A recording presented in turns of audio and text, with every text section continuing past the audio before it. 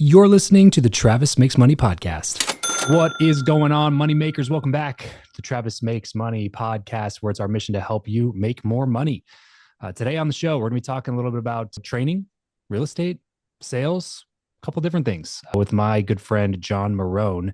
John went from homeless and being in jail to owning multiple companies and speaking on stages all across the country. He's also trained over 20,000 real estate agents, which is pretty crazy. So before we get into this conversation with John, if you're tuning in wondering how I build the relationships that I have here on this show or on my other podcast, Travis Makes Friends, it's actually been through the podcast itself. But it's only one of the benefits that you get from having a show. A good show can also create more content for your social, build an audience, help grow your personal brand, sharpen your expertise, and then it can even pay you sponsorship dollars at some point to do all of those things. So for a limited time, very, very limited time, I'm opening my calendar for one or two one-on-one coaching clients. So I have not done this in a while. I don't know how long I'll continue to do it. So if you're curious at all about that and you're already running a 7, 8, or 9-figure business, you got some free time, you got a little bit of cash flow, some money laying around, and you think the podcast sounds appealing, head over to travischappell.com/coaching. There's a quick application there. We'll see if we are a good fit to work together. travischappell.com/coaching to get your podcast out into the world or to improve your existing show. travischappell.com/coaching. All right, that's it. Without further ado, John Marrone, what's up, man? Welcome to the show. What's up, brother? How we doing today? Just chilling. Actually, chilling's the incorrect word. I'm actually working a lot, but it feels the same when you're doing something that you enjoy, right? Yeah, man, absolutely stoked to be here, man. Excited to jam on some ways for the listeners to learn how to make money and how to make that money not just last long, but really create impact on their lives for now and forever. Yeah, dude. Well, let's jump into it. Tell me first off, softball question I start with most guests. How do you currently make money? Yeah, so feet picks, really. No, I'm just kidding. So mainly, Hey, no judgment zone here, bro. No judgment zone listen, here. I'll be honest with you, it'd be probably a lot easier, right? Yeah. If I could take pictures of my feet and post it. But the reality is, man, there's multiple avenues. I'm a big believer in definitely having different revenue streams, also having a reoccurring revenue stream. So one way is speaking on stages across the country, kind of as you alluded to before. The other way is we have a real estate company, so a transaction company where we're helping people buy and sell real estate here on the beautiful Emerald Coast of Florida. So Destin, Santa Rosa Beach, 30A. And then we also have a real estate coaching company. And our real estate coaching company has trained over tens of thousands of agents across the country and Canada. And that's on the reoccurring level. That's a group and one-on-one. Then we also have some investments. So we have rental properties and we have some other investing in different companies. One of the newest ones is what I'm excited about. It's called Shore Sips, which is going to be it's a vodka water company. It's no additives, 90 calories, less than one carb, but no bubbles. Oh, So dope. something kind of new to the market. And we launched in New Jersey in November and have already exploded in New Jersey during a slow season for New Jersey being cold in November. So we're excited to take this thing to the moon and being able to be a real big competitor in the water space. So let's bridge the gap, bro. You just mentioned a ton of different things, a lot of stuff, a lot of income streams, a lot of ways you're making money, but it didn't start that way. So what was the first way that you started making some decent cash? Yeah, so the first way is actually, not even in my own company. Just knowing what I do really well, which is being able to have conversations with people, digging into some of the emotion they may have around a struggle or a problem, and being able to fill that void. And that came down with sales, being able to jump into different companies and help build their sales team. So really the first way I started making real money outside of doing things, at a younger age was seeing failing companies and jumping in there and saying, hey, give me an opportunity to let me help build your company through the sales division and let's see, where we could take it. And started helping people kind of take their business from mediocre-ish or failing-ish because they weren't having enough sales and really amplifying their sales. And then, of course, retention, all the other fun stuff. And doing that from one company to another is really how it all started, right? Just being an employee, but knowing what I did really well, getting even better at it, and then being able to articulate that value to a company that whether they knew they needed me before I came in or they didn't, they knew when I left there, and then the results were there. What was that first big paycheck like and how much was it? Yeah. And So the obviously big is relative. I don't mean like big for you today, but like like I feel like everybody who's kind of had this journey remembers getting a paycheck where they looked at it and they're like, I can't believe that this is this much, you know? Yeah. I think there's two different ones. One is like being paid to speak on stages and seeing that. That was a big one for me. And I think the biggest thing was, wow, I'm going to be able to speak in front of this event in particular was 6,000 people. And I just got a check for $45,000 to do it. And I was Nice. shocked, right? Of like, well, hold on, man. Like this is actual reality. This could happen. And then there's the other ones where, we helped hit sales quotas in the job I was talking about before, and you get a $25,000 check at the end of the quarter, right? You Uh, get your 5,000, 6,000, 8,000. But seeing those coming from somebody who, you know, didn't really make a lot of money. I made money not all the right ways, let's just say that, growing up. And honestly, not having any financial literacy at all. I spent that money.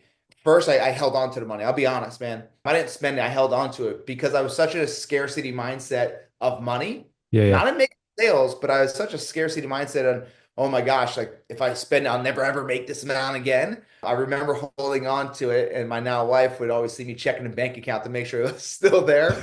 Uh, but I would say like, buying a big TV, man, like that was probably the biggest thing in the very beginning of my life.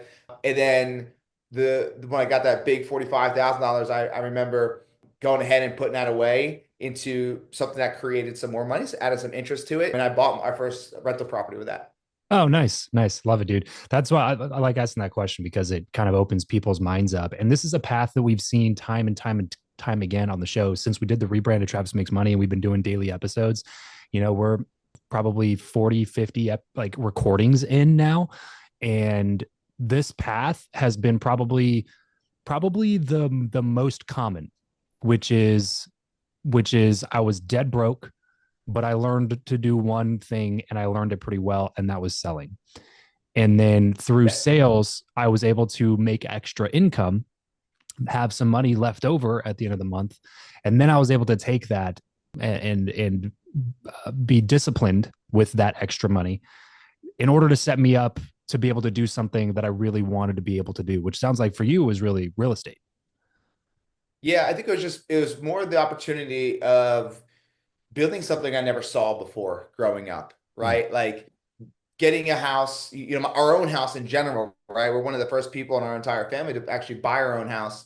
But then it's like understanding, that there's got to be more, right? And being able to buy something that's, not only was great for me, but for my wife, but also now for my kids. And I think that was a big thing too, being able to, what can I buy that, yes, I can create memories going to Italy, right? Yes, I could do this and I could do that. But what's something that if I play it the right way, that if I never did anything else as far as buying anything else, they could at least take this and they could have some cash if they ever wanted to sell it.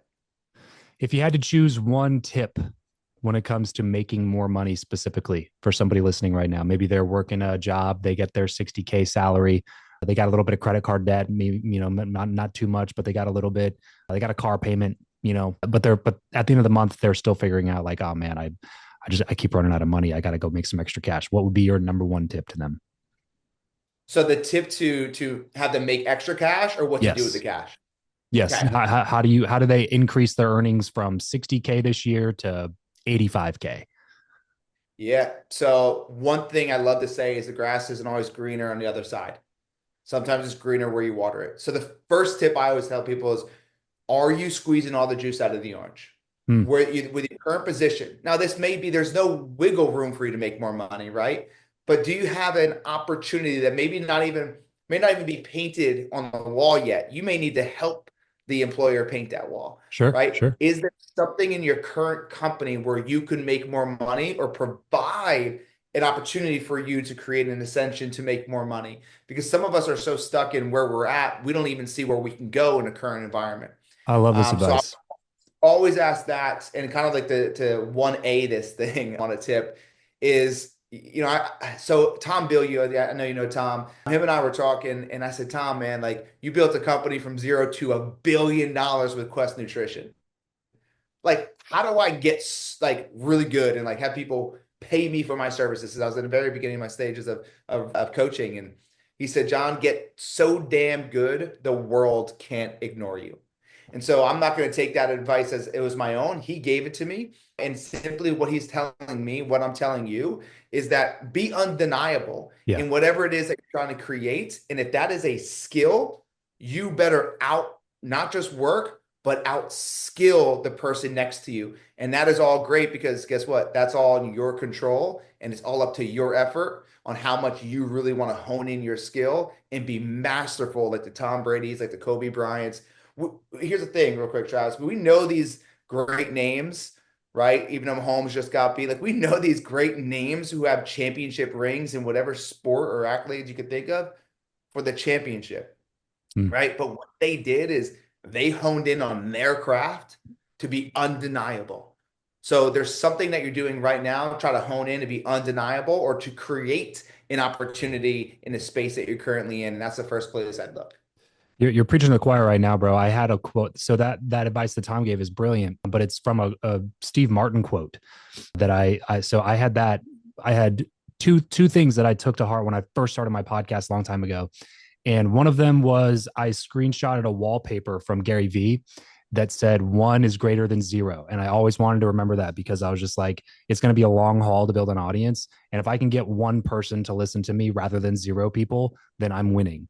And it was a reframe to be like, everybody looks at their numbers and their downloads and they look, this video only got 112 views. And it's like, well, 112 people sitting in a room watching you speak is actually a good amount of people if you think about it in that context. And it's like, that's why that one is greater than zero frame was fantastic when I had that on my wallpaper for a long time when I started the show. The other thing was on my whiteboard in my, spare bedroom / office, it said, be so good they can't ignore you, Steve Martin. And it was just like, I know at the time I was 24, 25. This is right around the time that we met too, I believe. Like, I think this was like Thrive 2017, which was like a month after I launched my podcast. And now it's been 7.5 years, 1,000 episodes, 10 million downloads since then.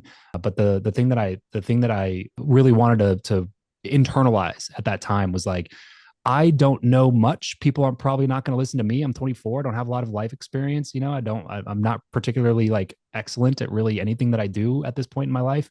But I do know that if I can get the best people in the world to sit down with me and I can have a conversation with them, that people can't ignore those people. And so like that kind of was my mantra, which is why I kept pushing for like bigger and better interviews with like the most well-known, intelligent, high performers that I could find, because it was like, people can ignore me all day, but if I get really, really good at sitting down with the best people in the world, like at some point they're not going to be able to ignore me. And so I love that advice. I also love the advice of squeeze all the juice out of the orange where you're at. Because for somebody listening that's at that position at 60, 65K or something, there could be additional value that you could bring to the organization. So the key is not to go to your boss or the owner of the company or whoever, you're looking for this extra income stream from. The key is not to go to them and be like, I want to make extra money. It's not about you. Think about what's in it for them. Think about the value that you can provide to the organization. Scroll through your own company's job postings and look at the different jobs that are on there. And maybe if you could, if you have a little bit of free time in your job, or maybe you're working 30 hours a week, working from home, making 60K or something, and you're like, I got some extra time. I wonder if I could do something like this. Then look at the job postings. And it's like, well, this job they're looking for is posted for an extra, $50,000 a year to do this particular thing inside of our company. And if you're looking at that and you go like, that's part of my skill set, I could potentially do that. What if you went to, the person hiring for that position and said, hey, I'll do this job and you pay me half of what that salary is and add it on to my existing salary. And as long as I don't drop the ball in my current thing and I can perform well in this thing, like, why can't I do that? You know what I mean? You're saving the company money, you're providing value, and then you're able to carve out some extra cash for yourself in that deal structure. So I love that advice, man. Like, sometimes it's not about like reinventing the wheel. It's not about inventing the next Facebook. It's not about starting your own, beverage company or something like that on the side. Sometimes it's just about like, hey, I need to have the boldness to go ask, as well as the additional value to provide to this existing organization. And you might be able to bridge that gap from 60 to 85K this year by just doing something like that. Yeah, absolutely. We love to overcomplicate things, right? Yeah, Us human yeah, beings love to overcomplicate things, and like Travis said, there's not you don't know what you don't know, right? I think that was one of the biggest opportunities for me to grow is my story. If anybody listens to it, right? We were lived in a shelter, and all these things happened, and I was like, I wanted to make a change, but I didn't know how. And it was kind of in that moment I realized I thought I knew a lot more than I really did. And if I just drop the ego and say I don't know what I don't know, right? I might be able to grow, and in fact, I grew tremendously. So maybe if there's not even anything out there, but going to the owner and being like, hey. I want to be utilized more. I want to make a bigger impact with this company. I want to enhance my skill sets. I would love an opportunity to earn an additional, X amount by doing this, that, and next thing. How can I prove that to you? How can we create a solution where we can go ahead and create an ascension for me? yeah, yeah. I love it, man. Where's the best place to meet other people who want to make more money too?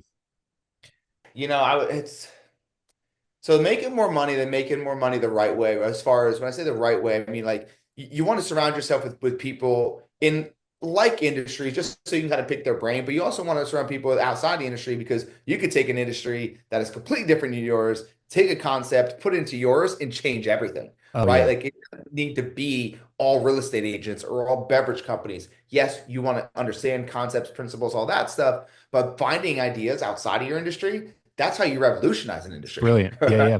Again, So dude, we're on the same page, bro. I love this advice. Keep going. I was going to say something on that, but keep going. yeah, yeah. It's a where do you meet people, man? It's hard. I think a lot of us are always in our phone, always in our phone. Clubhouse used to be the place to meet people. Clubhouse, that's actually I built businesses off of Clubhouse. Yeah, So Clubhouse is a great place. But now in a virtual world like this, man, just collaboration of any sort. So if you see, your company, doing something that is bringing everybody together, go ahead and go to that meeting, go to that networking event. But I think the biggest thing is events in general. Think about what you want to do and then get just immersed in those events, right? yeah, Like Chad talked about, we want to thrive, right? That's an entrepreneur event, right? If you want to get more specific, and maybe it's photography or maybe it's coaching, find events like that and go there, right? Meet these people and really embed yourself into the environment. yeah. And the other thing I'll say is, dude, sometimes it's not about the room we get in, sometimes it's about the room we get out of. Mm, What I mean by this is some of us are holding on to certain relationships and certain friendships that, yes, they may have been great for certain seasons. And I will tell you firsthand, I am 100% somebody who has done this. It was very hard, but there's other relationships that are waiting for you, but you don't have the energy, or you're holding on to this one, so you can't grab this one. I was watching All American last night. It's a show on like CW or something, and the mom writes a letter to her son as a theme before every school year. And this guy he left Oakland High School, was coming to Beverly Hills High School or whatever. And the note said, sometimes you gotta leave behind who you are to see who you could become. mm, And when you think about it, I think some of us are so held on to an identity and labels, right? And a certain group of people. And unfortunately, those people aren't going to allow you to connect with the next level of people that you need in your life to yeah. get to the next. I mean, we can go deep, deep, deep on that, but that's something I always advise people. It's not sometimes about getting into that room. Sometimes it's, about leaving the room that you're in that won't allow you to even step into that room or get into the room and really see opportunity there. Changing your identity is difficult enough, but Yeah. when you are doing it in an environment where everybody knows you to be a certain way, it makes it much more difficult. So what I mean by that is like if you still live in the town that you grew up in, which is, this, smaller town in a suburb of a big city or something like that, and it's the where everybody knows your name type vibes, and there's one bar locally everybody goes to, and they know you as this person. Those people have watched you grow up. They have seen you, cut up in high school class, and they assign this identity to you. It can be really, really difficult to oppose all of those people's ideas of who you are. And so when you get into a new environment, you have the ability to craft an identity that feels more true to the person that you want to become rather than the person that you've always been. And if you're going to make big changes and live a life that's above ordinary standards, then you have to, by definition, start doing things that are above ordinary things. So you have to take actions that are extraordinary. You have to form habits that are extraordinary if you want to experience that change. So when you're around all these people who identify you as this certain person, it can be really difficult to get out of that and become this new version of yourself. So yeah, what I like to say, man, is like your environment makes you who you are. But the thing that, and I think everybody would agree with me on that. I don't like, I've never ran across a person that's like, no, that's wrong. You know, like you are a product. We are all products of our environments. Yeah. But the thing that most people get wrong though, is that your environment that you're born into is the only environment that happens out of pure luck and happenstance. Every, like, if you have the ability to control your environment, I guess is what I'm trying to say. So like technically, if your environment shapes you to who you're going to be, but you can shape your environment, then it all comes back to you, that you are the person that's responsible for who you end up becoming, because you have the ability and the control to go change your environment. So if you're in an environment that is producing this certain version of you that is not producing the results in life that you want to produce, then you need to be proactive about putting yourself in an environment that is going to shape you to become the person that you want to become. And sometimes that might actually be your physical environment. Like that might actually be moving away from your hometown. That might actually, like, physically relocating to a new place. That actually might be the thing. Some people, it may not be that way, and it's going to be more difficult for some people to move, right? Like for me, I moved to Vegas from my hometown 7-8 years ago. It was the best decision that I could have made at that time, but I didn't have any kids at the time. You know, I didn't have like a brick and mortar business or something like that that was gluing me to a certain place. So I understand some people are a little bit less flexible in that regard than other people are. But if that's you, then you have to figure out other ways to change your environment, which would be like what we're talking about. Go to the events. Make sure that you schedule at least one event per quarter in your calendar that gets you out of your environment, puts you around a bunch of other people who want to be doing the thing that you want to be doing, and makes you feel normal for a second. You know what I mean? Like you can be in your environment, you could be the only person who's trying to reach these extraordinary goals. And if you're the only person doing that, then you can sometimes get in your own head and be like, is this weird? Like, am I just a crazy person? Like this feels weird. But then you go to an environment where it's just all of the crazies from a bunch of other towns across the country, and they all meet up at this one place, and you go, oh, I'm not crazy. It's just that I have different goals. So now you can go get around these people and you can start becoming the person that you need to become in order to be able to reach the goals that you want to reach. So I love that, man. Tell me about the biggest financial risk you've ever taken. Honestly, it was the first investment, and the reason why I say it's the biggest financial risk, I've lost tons of money, guys. I've lost a ton, whether it's investing in bad companies and no matter how good it looked on paper and how, I always look at, before I look at the actual company itself, I always look at the leaders. That's just always what I do, right? I always talk about betting on the jockey versus the horse sometimes. And Hmm. so I'm always looking at the people, and then I'm looking at their principles, and then I'm looking at the product. People, principle, product. I've lost a lot of money even when I went through that route. I've also lost a lot of money hiring social media companies and Yeah. never getting anything. Like, dude, I lost so much money. So when I say what I'm about to say, it still cannot stop you from, investing, right? So my biggest scariest thing was my first investment of getting my house. And here's why. Psychologically, everybody listening right now, what happens with our brain is when we are trying to do something we've never done before, investing in a company, putting money into a stock, like I just made a $25,000 check and I'm just going to kind of give it right away, right? That's what our brain says. Our brain, right, will always go to what it will lose before it goes to what it will gain. Hmm. And so it's like a pendulum, right?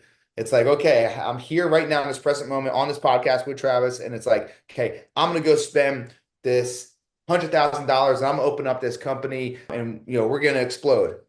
As soon as you say that, your brain's like, well, you've never been there before. You don't know anybody that's ever done that. Your family's never done that. 100K is all you made in a year. Let's go back to the back, right? So your future self, unfortunately, always asks the past self what is real. Yeah. And the past has never seen it. So we have to be super conscious of saying, hold on, I know what I'm about to do. My brain's going to tell me it's scary. My brain's going to tell me not to do it. And so I need to bring myself in the center and know that there's an end result I'm looking for here. And so going to the question of like, what's the scariest investment? It's almost every investment I make is scary because my brain is like, are you sure? Are you sure? Are you Yeah. sure? And so to me, it's almost every investment, but always that first one. And for us, it was the house because it's now we're carrying a $1,500 mortgage, on top of our current mortgage. And it's like, if we can't get people to rent it, Yeah. now I got to come up with 1,500 plus my HOA.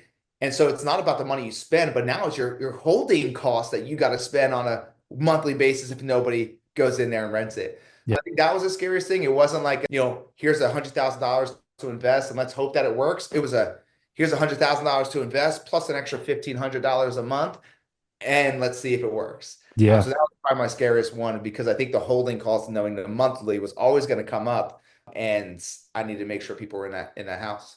If you were starting over financially tomorrow, what would you do to make money this year? Goes back to the beginning, man. I would take what I'm really good at and I would get obsessed with adding value to other people. And to be honest with you, if I had no opportunities and if anybody else doesn't have any opportunities, create one. And this is what I mean. I started my coaching company coaching for free. Hmm.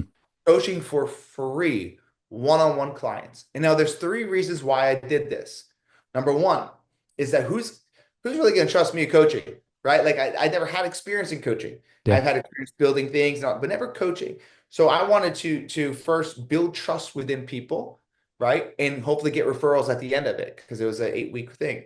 Number two is that I wanted to make sure I liked it at that point because I wasn't sure, right? And then number three, I need to figure out my own processes. And once I did that, that's kind of how we exploded. So my challenge to you is, what are you really good at?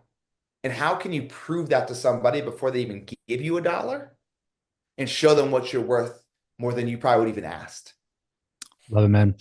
We're going to move into the last segment here. Just a few quick random questions, quick random answers, and then we'll get you out of here. Sound good? Whatever, man. I'm here for the ride. So All right, let's do it. What profession other than your own do you think that it'd be fun to master? Oh, being a sports agent. Yeah.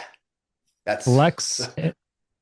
Oh, sorry, my bad. yeah, no, Go ahead. I just want to be a sports agent. So have anybody got any opportunities for me as a sports agent? Yeah, I mean, let me know. Flex and fail. Tell me a purchase you've made that you're stoked that you made, a purchase you've made that you regret making. Yeah, stoked I made is Short Sips, which is our current company. I came in as an investor, but also a partner to help the thing grow. So I'm super stoked about that. One I regret, I won't say the name just because I don't want anybody to feel some type of way. But it was an investment in another beverage company that was not in the alcohol space that we had a lot of promise for, and I lost over six figures on that. And I didn't know I lost six figures until I went to go ask them for my K1 and they said, oh no, we sold the company up for pennies. I thought we told you. So that was the worst thing because of not just the losing of the money, but I didn't know until 8 months later that I lost all of my money. So that was the hardest. If you could sit on a park bench with someone, past or present, and talk for an hour, who would it be? My grandma. How do you like to consume information best? Books, audiobooks, blogs, podcasts, YouTube videos, newsletters? Depends on what the content is, right? Understand what it is. So right now I'm listening to a book called The Mountain Is You, but I'm reading a book called The Hard Things About Hard Things. That's a So fantastic one. this one, yeah. So it depends on what the book is, right? Like I listen to 10, right? But I'm gonna go ahead, I'm gonna pick up a different book. So depending on what the content is and how I best are gonna receive the message that's within the book, that's the way it's gonna be. But I'm always listening to podcasts and YouTube videos as well. But book wise, it depends on the content within it. What's one resource you'd recommend on making more money? One resource on making more money, that's so hard. I mean, just find out what it is that we talked about. I mean, kind of the same recurring theme that you're really good at or that you really want to make more money in and get obsessed with the master in that. Get obsessed with the guy and girl that's doing it best. Watch their YouTube videos, read their books, and completely immerse yourself. Almost get rid of all the noise of the 20 other people you're listening to. Get rid of the 17 podcasts you're listening to every week and go really, really deep versus wide on the people that you trust within that skill set or that business and start to use the clues that they're giving you. So that's what I would say. Don't go so wide listening to all these different people because you're going to confuse. You confuse, you lose. Go really deep on your top one, two, maybe three, and just immerse yourself and just go dark for the next 6 months and just absolutely doing it with no distractions. What I hear you saying is block out every other podcast and just keep listening to Travis Makes Money. That's exactly what I'm saying. what what is your go-to pump up song, John? All right, so I listen to Big Booty Mixes, which is phenomenal. That's not one song. It is a plethora of songs that the guys named two friends, they're DJs, they put together. But if I had to pick one song, it's You Can't Stop Me by Andy Mineo. What is something you are not very good at? I am not very good at, I would say, organization is probably not my strong suit. So I hire for that. I would say that's number one in the business. Outside of that, it was actually like building things. Even though I owned a construction company at one point, I never did the work. I just built it. I would say building things, but my wife is very handy and she teaches me a lot of things. So the yin and the yang. Where can people go to get more from you as we get wrapped up here?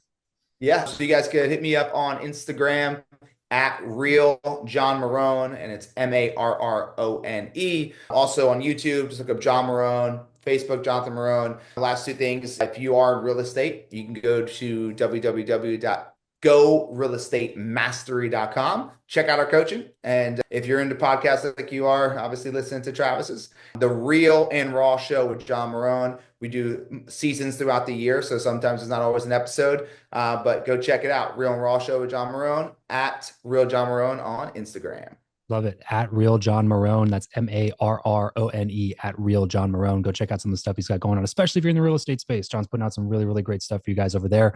Thank you so much for joining me, John. I really appreciate it. It's been a long time coming. It's been a long time since we've initially met, and it's cool we get to hang out on a podcast like 7 or 8 years later. So appreciate you, bro. Everybody else listening, tuning in, remember, money will solve all your money problems. Then you're just left over with the problems that it can't solve, but it's a little bit easier to solve those problems if you got some money in the bank. So let's solve that one first here on Travis Makes Money. Thanks so much for tuning in. Catch you in the next episode. Peace out.